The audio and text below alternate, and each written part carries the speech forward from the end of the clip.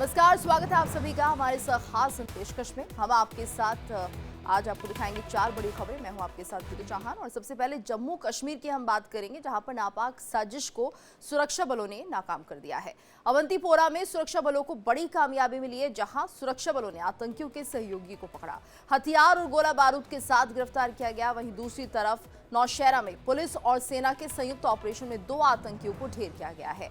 दूसरी खबर है राजधानी दिल्ली से, जहां दिल्ली पुलिस ने लॉरेंस गैंग के 2 शूटर्स को मुठभेड़ में पकड़ा है। तीसरी खबर जो काफी अहम है वो है पीएम मोदी का जापान और चीन का दौरा। चौथी और अहम खबर, ट्रंप के टैरिफ प्लान से क्या भारत में वाकई पड़ेगा कोई खास असर। तो 9 बजे की 4 बड़ी खबरें जिन पर हमारी नजर बनी रहेगी। और बड़ी खबर जम्मू कश्मीर के नौशहरा से, जहां पर भारतीय सेना और पुलिस ने संयुक्त अभियान चलाया है। सुरक्षा बलों ने 2 आतंकियों को ढेर कर दिया। नौशहरा के सेक्टर गुरेज में आतंकियों को मार गिराया है। खुफिया जानकारी के आधार पर ऑपरेशन को अंजाम दिया गया। पहले आतंकवादियों ने अंधाधुंध गोलीबारी की, फिर सेना की जवाबी कार्रवाई में 2 आतंकी ढेर हो गए हैं। तो सेना और पुलिस ने संयुक्त अभियान चलाया है। ये बड़ी खबर सामने आ रही है। ऐसे में आपको बता दें, जम्मू कश्मीर के नौशहरा में भारतीय सेना और पुलिस का ये संयुक्त ऑपरेशन, सुरक्षा बलों ने 2 आतंकियों को यहां पर ढेर कर दिया है। और एक और बड़ी खबर जम्मू कश्मीर के अवंतीपोरा से, जहां पर सुरक्षा बलों के आतंकियों के खिलाफ ये कार्रवाई की गई। सुरक्षा बलों ने अवंतीपोरा के एक गांव से आतंकियों के सहयोगी को गिरफ्तार किया है। तलाशी के दौरान गिरफ्तार सहयोगी के पास से हथियार और गोला बारूद बरामद हुआ है। आरोपी की पहचान साकिब रियाज के रूप में हुई है। तो सुरक्षा बलों ने आतंकियों के सहयोगी को पकड़ा है। ये बड़ी खबर अवंतीपोरा से, जहां पर हथियार और गोला बारूद इस सहयोगी के पास से बरामद हुआ है। तो जम्मू कश्मीर के अवंतीपोरा में सुरक्षा बलों की बड़ी कार्रवाई मानी जा रही है। जम्मू कश्मीर के अवंतीपोरा में सुरक्षा बलों का एक्शन, और यहां पर सुरक्षा बलों ने आतंकियों के सहयोगी को पकड़ा है और इसके पास से गोला बारूद और डेटोनेटर भी बरामद किया गया है। तो हथियार गोला बारूद के साथ इसे गिरफ्तार किया गया। हालांकि पुलिस अब पूछताछ कर रही है कि इसके साथ कोई और भी ऐसे सहयोगी थे जो यहां पर आतंकियों को मदद पहुंचा रहे थे। तो बाकी OGW को लेकर भी कार्रवाई की जा रही है। ये बड़ी खबर अवंतीपोरा से, जहां पर सुरक्षा बलों के लिए बड़ी कामयाबी है और आतंकियों के सहयोगी को उन्होंने पकड़ा है।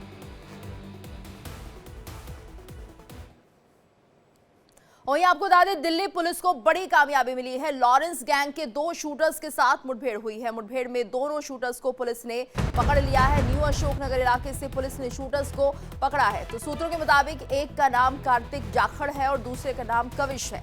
ये दोनों बदमाश यूएस में बैठे गैंगस्टर हैरी बॉक्सर के लड़के हैं, जिनके खिलाफ आधा दर्जन से ज्यादा मामले दर्ज है। स्पेशल सेल को उनके न्यू अशोकनगर इलाके में आने का इनपुट मिला था, जिसके बाद स्पेशल सेल की टीम ने ट्रैप लगाया और इन्हें पकड़ने की कोशिश की, लेकिन उन्होंने पुलिस टीम पर फायर किया, जिसके जवाब में पुलिस ने एक बदमाश के पैर में गोली मारकर इन्हें काबू किया है। तो बड़ी खबर सामने आ रही है, लॉरेंस गैंग के 2 शूटर्स को पकड़ा गया है। मुठभेड़ में दोनों शूटर्स को पुलिस ने पकड़ा है। ये बड़ी खबर और बड़ी उपलब्धि है पुलिस के लिए। लगातार इनकी तलाश की जा रही थी और ऐसे में बड़ी कामयाबी यहां पर मिली है दिल्ली पुलिस को। ये बड़ी कामयाबी, मुठभेड़ में दोनों शूटर्स को पुलिस ने पकड़ लिया है। न्यू अशोकनगर इलाके से पुलिस ने शूटर्स को पकड़ा है। तो सूत्रों के मुताबिक एक का नाम कार्तिक जाखड़ है और दूसरे का नाम कविश बताया जा रहा है। ये दोनों बदमाश यूएस में बैठे गैंगस्टर हैरी बॉक्सर के गुर्गे बताए जा रहे हैं, जिनके खिलाफ आधा दर्जन से ज्यादा मामले दर्ज है।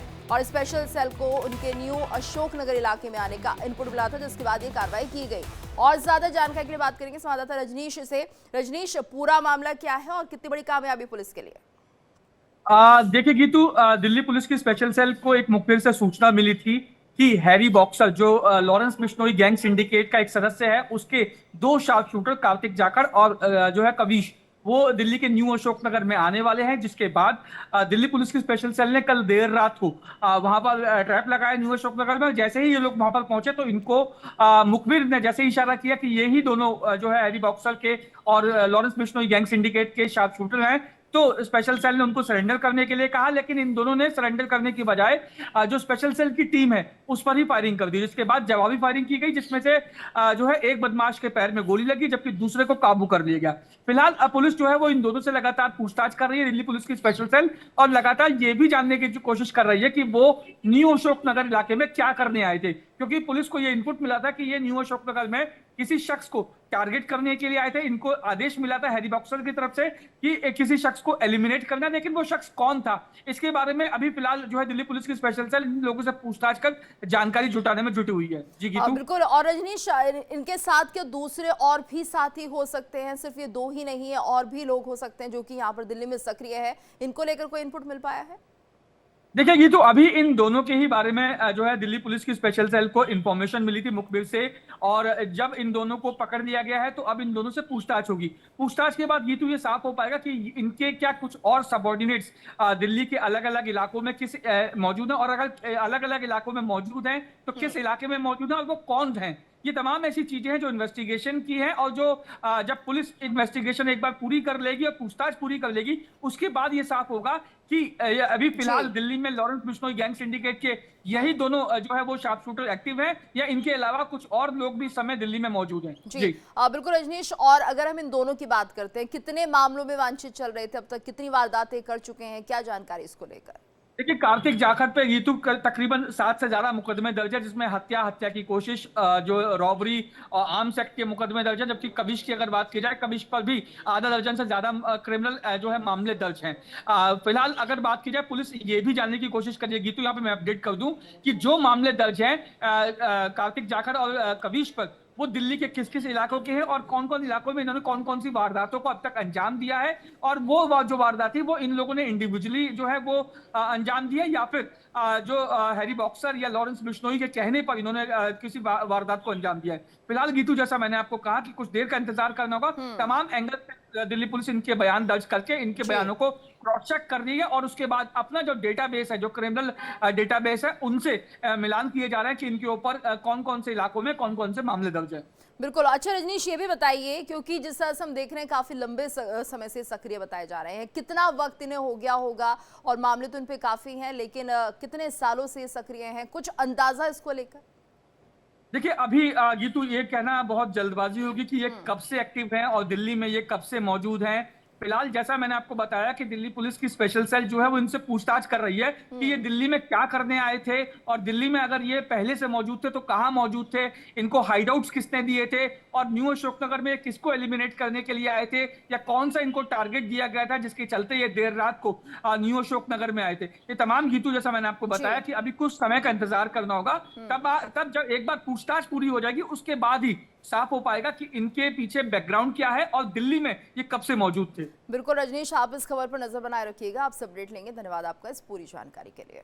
चलिए आगे बढ़ते हैं। प्रधानमंत्री नरेंद्र मोदी इस हफ्ते एशियाई देशों का दौरा करेंगे, और वो पहले द्विपक्षीय वार्ता के लिए जापान जाएंगे, और उसके बाद चीन के तियानजिन में आयोजित हो रहे शंघाई सहयोग संगठन यानी कि एससीओ सम्मेलन में शामिल होंगे। प्रधानमंत्री नरेंद्र मोदी की ये यात्रा ऐसे समय में हो रही है जब भारत और अमेरिका के संबंधों में तनाव है। उसकी वजह है ट्रंप का टैरिफ प्लान। तो पीएम मोदी का जापान और चीन का दौरा, एससीओ सम्मेलन में शामिल होंगे पीएम मोदी। वहीं सबसे पहले जापान पहुंच रहे हैं, और यहां पर जापान के पीएम के साथ उनकी बातचीत होगी, जिसके बाद आने वाले दिनों में किस तरह से जापान के साथ भारत का सहयोग रहेगा और किन क्षेत्रों में दोनों देश आगे बढ़ सकते हैं, इनको लेकर द्विपक्षीय वार्ता होगी, बातचीत होगी कई मुद्दों को लेकर। उसके बाद पीएम मोदी एससीओ जाएंगे, और चीन में भी कोशिश करेंगे कि जिस तरह से पहले के रिश्ते भारत और चीन के बने हुए हैं उन्हें कहीं ना कहीं बरकरार रखा जाए, लेकिन जिस तरह की खटास आई थी पिछले कुछ सालों में उन्हें किस तरह से दूर किया जाएगा, और चीन के साथ किस तरह से भारत सहयोग करके आगे बढ़ सकता है, इसको लेकर चर्चा की जाएगी। तो पीएम मोदी का जापान और चीन का दौरा, एससीओ सम्मेलन में शामिल होंगे पीएम मोदी, जिसमें कई मुद्दों को लेकर बातचीत हो सकती है, और साथ ही चीन में द्विपक्षीय वार्ता भी पीएम मोदी करते हुए नजर आएंगे, और किस तरह से दोनों देश सहयोग करके आगे बढ़ सकते हैं, किन क्षेत्रों में दोनों देशों का सहयोग यहाँ पर रहेगा, इसको लेकर तमाम जो मुद्दे हैं वो चर्चा का विषय रहेंगे, और इनको लेकर पूरी चर्चा की जाएगी। तो एससीओ सम्मेलन में शामिल होंगे पीएम मोदी, और इससे पहले जापान के दौरे पर जाएंगे, जहां पर पीएम मोदी कई मुद्दों को लेकर बातचीत करेंगे। तो लगातार पीएम मोदी जो है अब देशों के दौरा कर रहे हैं, और ऐसे में यहाँ पर जिस तरह से चीन और जापान का ये दौरा ये खास माना जा रहा है क्योंकि चीन में अगर हम बात करें तो एससीओ की सम्मेलन है और यहाँ पर किस तरह से चीन के साथ रिश्ते बेहतर बनाए जा सकते हैं, क्योंकि पिछले कुछ 3 से 4 सालों की जो खटास है उसे कैसे दूर किया जाएगा, दोनों देश आर्थिक तौर पर किस तरह से मजबूत बन सकते हैं, व्यापार के तौर पर किस तरह से सहयोग कर सकते हैं, सुरक्षा को लेकर भी यहाँ पर चर्चा की जाएगी क्योंकि कुछ हद तक जो चीन है सुरक्षा के नाते कहीं ना कहीं भारत को हमेशा चोट पहुंचाता रहा है। इन मुद्दों को लेकर भी एक बातचीत यहाँ पर जरूर होगी, ऐसी उम्मीदें जताई जा रही है। और जापान के साथ अगर हम भारत की बात करें तो काफी अच्छे संबंध रहे हैं। टेक्नोलॉजी को लेकर किस तरह से विस्तार किया जाएगा, भारत किस तरह से उन क्षेत्रों में आगे बढ़ने की कोशिश कर रहा है जहां पर कहीं ना कहीं अत्याधुनिक टेक्नोलॉजी का इस्तेमाल किया जाता है और जापान इसमें अग्रणी है। तो ऐसे में भारत और जापान किस तरह से आने वाले भविष्य में टेक्नोलॉजी के माध्यम से और ज्यादा इन दोनों देशों के संबंध प्रगाढ़ होंगे और किस तरह से आगे बढ़ेंगे, इसको लेकर एक बड़ी चर्चा हो सकती है। उम्मीद है कि कुछ बेहतर निकलकर इस दौरे से सामने आएगा। तो पीएम मोदी का जापान और चीन का दौरा काफी विशेष माना जा रहा है, कई मुद्दों को लेकर चर्चा की जाएगी और ऐसे में पीएम मोदी जापान में कोशिश करेंगे कि और जितने भी क्षेत्र हैं उनको लेकर चर्चा की जाए, चाहे उसमें एनर्जी क्षेत्र है, सौर ऊर्जा क्षेत्र है, दूसरी टेक्नोलॉजी हैं और इसके साथ साथ रक्षा को लेकर भी बातचीत की जा सकती है। तो तमाम व्यापारिक मुद्दे जो हैं दोनों देशों के बीच किस तरह से आगे बढ़ाए जाए, इसको लेकर चर्चा की जाएगी। आगे बढ़ते हैं। अमेरिकी राष्ट्रपति डोनाल्ड ट्रंप ने भारत से आने वाले सामान पर शुल्क को दुगना कर दिया है। पहले 25% शुल्क लग रहा था, जिसे बढ़ाकर अमेरिका की ट्रंप सरकार ने 50% कर दिया है। टैरिफ बढ़ने से आभूषण, कपड़ा, ऑटो, झींगा उद्योग का मुनाफा घट सकता है। तो करीब 48.2 अरब डॉलर के निर्यात पर सीधा असर पड़ेगा। अब सवाल यह है कि शेयर मार्केट पर इसका क्या कुछ असर पड़ेगा। और इस वक्त हमारे साथ मार्केट एक्सपर्ट अमित तिवारी जी जुड़े हुए हैं। अमित जी, आपको बहुत बहुत स्वागत है इंडिया डेली पर। आपसे हम जानना चाहेंगे, जिस तरह से हम देख रहे हैं ट्रंप का ये जो टैरिफ प्लान है वो भारत के लिए किस तरह से रहेगा, क्या भारत को नुकसान होगा या किस तरह के एहतियात भारत को बरतनी चाहिए। नमस्कार, सुप्रभात आपके सारे व्यूअर्स को। तो जैसा कि अभी जो हम लोगों को मालूम है कि 50% का टैरिफ इंडिया के मतलब जो इंडियन एक्सपोर्ट्स हैं, जिसमें कि जैसे फार्मा है, सेमीकंडक्टर है, इनमें तो नहीं पड़ा है, लेकिन लार्जली जो लगभग 55 से 60% जो गुड्स हमारे यहाँ से जो एक्सपोर्ट किए जाते हैं यूनाइटेड स्टेट्स को, वहाँ पर उसका इम्पैक्ट पड़ा है। जहां तक स्टॉक मार्केट की बात करते हैं तो ये सभी को ये मालूम है कि ये जो डिसीजन है ये सेंटीमेंट ड्रिवन ज्यादा है रादर देन फंडामेंटल ड्रिवन। इसमें फंडामेंटल का रोल ज्यादा नहीं है, रादर देन सेंटीमेंट का रोल है। और मार्केट को ये लगता है कि बहुत ज्यादा टाइम तक ये सस्टेन नहीं रखने वाला है। अल्टीमेटली सूनर देन लेटर ये जो एक्स्ट्रा जो टैरिफ है ये ऑब्वियसली इसको जो है ट्रम्प गवर्नमेंट जो है वो रोल बैक कर लेगी। और वैसे भी मार्केट जो है हमेशा फ्यूचर को डिस्काउंट करती है। तो ऑलरेडी जो है इसके एक दिन पहले, कल तो गणेश चतुर्थी थी, इसके पहले जो मार्केट ऑलरेडी डाउन हो चुकी है। अभी आप देखेंगे तो मार्केट में बहुत ज्यादा इम्पैक्ट नहीं है, 60-62 पॉइंट लगभग निफ्टी गिरा हुआ है, बहुत ज्यादा इम्पैक्ट नहीं है। और आगे जाके भी क्योंकि एफआईआई जरूर अपना पैसा पुल आउट कर रहे हैं, बट उसके अगेंस्ट में डीआईआईज जो है एक कुशन दे रहे हैं। तो डीआईआईज का जो है बाइंग जारी है और एफआईआई जैसे पिछले अभी लास्ट टू लास्ट डे उन्होंने 6500 करोड़ के करीब का वो सेल किया था, बट अगेन जो है डीआईआईज ने भी काफी बाइंग किया था। तो लार्जली जो सेक्टर जो इम्पैक्टेड हैं वो अपैरल है, टेक्सटाइल है, इसके बाद सी फूड सेक्टर है, मरीन प्रोडक्ट्स हैं, इसके बाद फिर जो है ये लेदर गुड्स हैं, ऑटो इंसलीरीज है। ये जो सेक्टर्स हैं ये ज्यादा लार्जली इम्पैक्टेड हैं। और जो दूसरे जो सेक्टर्स हैं जैसे फार्मा है, आईटी एक्सपोर्ट्स है, हमारा सेमीकंडक्टर है, इन पे कोई इम्पैक्ट नहीं पड़ा है। तो मुझे नहीं लगता कि ये बहुत ज्यादा निगेटिव न्यूज है। हाँ, ये ठीक है कि शॉर्ट टर्म में थोड़ा बहुत वोलेटिलिटी रहेगी इंडियन मार्केट में, थोड़ा बहुत मार्केट ऊपर नीचे रहेगा, थोड़ा वोलेटाइल रहेगा, but in the longer run इसका कोई बहुत मेजर इम्पैक्ट नहीं है, क्योंकि अर्निंग्स में कोई बहुत ज्यादा इम्पैक्ट नहीं हुआ है। तो और अभी जो है जून के अभी जो क्वार्टर्स अभी आए हुए हैं, यानी बड़ा इम्पैक्ट नहीं होगा अमित जी। लेकिन ऐसे में अगर हम दूसरे ऑप्शंस की बात करते हैं, जिस तरह से प्रधानमंत्री मोदी जापान और चीन के दौरे पर है, तो क्या माना जाए, क्या अब हम अमेरिका के साथ जो व्यापार है उसमें थोड़ी कमी करेंगे और बाकी दूसरे देशों के साथ इस व्यापार को बढ़ाएंगे? बिल्कुल ठीक बात है, क्योंकि हमें अपना जो एक्सपोर्ट है वो डाइवर्सिफाई करना पड़ेगा, क्योंकि अभी क्या है कि इंडिया जो है वो यूएस जो है वो इंडिया का लार्जेस्ट एक्सपोर्ट कंट्री है। हम लोग लगभग टोटल एक्सपोर्ट का 20% जो है वो यूएस में एक्सपोर्ट करते हैं, जिसको हम लोग ग्रेजुअली थोड़ा सा डिक्रीज करेंगे। और जो दूसरी जो अदर जो इकोनॉमीज हैं, लाइक यूरोपियन यूनियन है या जापान है या चाइना है या जो अदर कंट्रीज है, मिडिल ईस्ट है, वहां पर हम लोग डाइवर्सिफाई करने की कोशिश करेंगे, क्योंकि हमें अपने लिए दूसरे जो मार्केट्स हैं वो तलाशने पड़ेंगे, रादर कि हम लोग एक ही कंट्री पर ज्यादा रिलाई करें। तो इस वजह से भी मुझे लग रहा है कि जो प्रधानमंत्री मोदी जी का जो दौरा है वो बहुत इंपॉर्टेंट है, क्योंकि इंडिया जो है वो आज की तारीख में दूसरे मार्केट्स को भी तलाश रही है।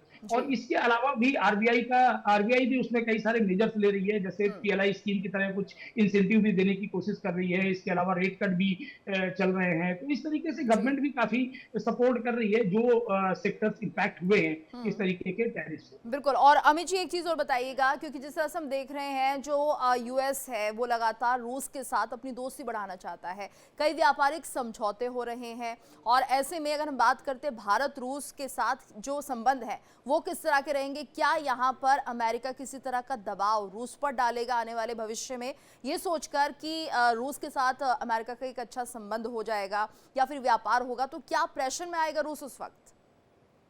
देखिए, मैंने पहले भी कहा है कि ये जो टैरिफ जो इम्पोज किए गए हैं ये ट्रम्प गवर्नमेंट की तरफ से, वो सेंटीमेंट ड्रिवन है रादर देन फंडामेंटल ड्रिवन। उसमें कोई फंडामेंटल उसका कोई रोल नहीं है, सेंटीमेंट ड्रिवन है। और मुझे नहीं लगता, बिकॉज यूएस जो है वो भारत का बहुत पुराना साथी है, उसने हम लोगों का जो एज ओल्ड फ्रेंड है, तो मुझे नहीं लगता कि इसकी जो यूनाइटेड स्टेट्स की जो भी रसा के साथ जो क्लोजनेस है उसका कोई इंडिया के साथ जो